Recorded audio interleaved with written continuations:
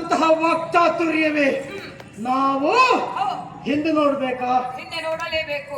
ಇವತ್ತಿನವರೆಗೂ ಅದೊಂದು ಕೆಲಸ ಮಾಡ್ಲಿಲ್ಲ. ಯಾಕೆ? ಏನೇ ಇತ್ತು ಮುಂದೆ ದಾರಿ ಹೇಗೆ ಅಂತ ನೋಡಿದ್ದೆ ಬಿಟ್ರೆ ಹಿಂದೆಷ್ಟು ಯೋಚನೆಯೇ ಮಾಡಿದವರಲ್ಲ, ಕೊಂಡವರು ಮತ್ತೊಬ್ಬರಿಲ್ಲ. ಸಂಪಾದಿಸುವಲ್ಲಿಯೂ ನಮ್ಮಷ್ಟು ಸಂಪಾದಿಸಿದವ ಮತ್ತೊಬ್ಬ ಪ್ರಪಂಚ ಮುಖದಲ್ಲಿಲ್ಲ. ಅದಲ್ಲದೆ ಹೋದ್ರೆ ದೈವೀದತ್ತವಾಗಿರುವಂತಹ ವರಬಲ ಏನುಂಟು ಅದೆಲ್ಲ ಸಂಪಾದಿಸುವುದಿದ್ರೆ ನಮ್ಮಂತವರಿಗೆ ಅಲ್ಲ, ಅದನ್ನ ಕಳ್ಕೊಳ್ಳುವುದಿದ್ರು ನಮ್ಮಂತವರಿಗೆ ಹೊರತು ನಿನ್ನಂತವನಿಗಲ್ಲ. ನಿನ್ನಂತವನಿಗೆ ಕೇವಲ ದೇವಲೋಕ ಮಾತ್ರ ಸೀಮಿತ. ಹೌದಾ? ಅದರಲ್ಲಿ 3 ಲೋಕದ ದೇಶ ಪಟ್ಟ ಸಿಕ್ಕಿಯಾಗಿದೆ, ಮತ್ತು ಸಿಗಬೇಕು ಅಂತಿಲ್ಲ. ನಮಗ ಹಾಗಲ್ಲ, ಪಡೆಯುವ ಆಸೆ.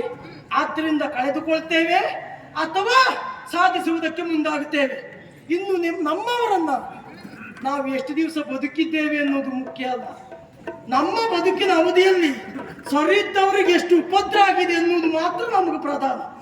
ಅಷ್ಟೇ ಬಿಟ್ರೆ ನಾವು ಸಾಯ್ತೇವೆ ಅನ್ನೋದ್ರ ಕುರಿತು ಯಾವತ್ತೂ ಯೋಚನೆ ಮಾಡಿದವರಲ್ಲ.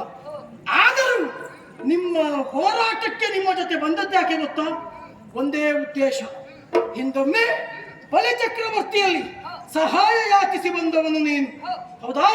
ದೂರ್ವಾಸ ಮಹರ್ಷಿಗಳು ನಿನಗಿತ್ತಿರುವಂತಹ ಅವರ ಮಾಲಿಕೆಯನ್ನು ಐರಾವತದ ಕೊರಳಿಗೆ ಹಾಕಿದೆ. ಸ್ವಭಾವತ ಅದು ತನ್ನ ಸೊಂಡಲಿನಿಂದ ಹರಿದು ಕಾಲಿನಿಂದ ಮೆಟ್ಟಿ ಅವರಿಗೆ ಅಪಮಾನ ಮಾಡಿತು.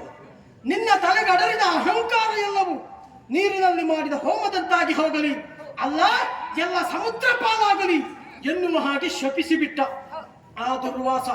ಆ ಬಳಿಕ ಎಲ್ಲವನ್ನ ಕಳೆದುಕೊಂಡೆ ಹೋಗಿ ಮಹಾವಿಷ್ಣುವಿನ ಮೊರೆಯನ್ನು ಕೊಟ್ಟೆ.